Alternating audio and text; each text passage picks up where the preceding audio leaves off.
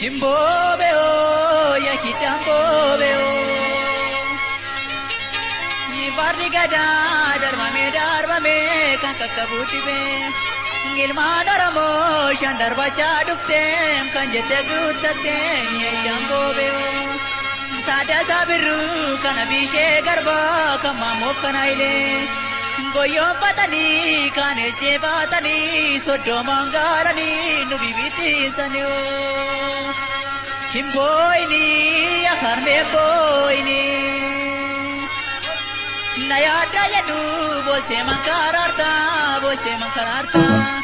Yodu atae, sageti ko nabdu, midodi rajiram, kandon undapira. Darga kete ke, bosanorti yae, sagasika pata. Ngiya dairi, bitamu magesa, tamasiba pata, miyai tambo beo.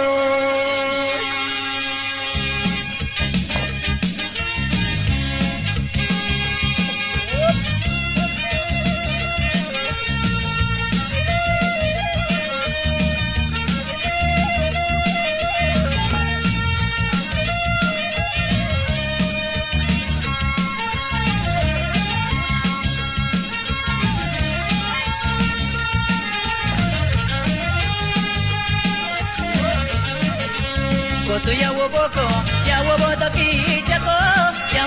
ki chako, anjolle kenya, aniga kenya, mari malliko.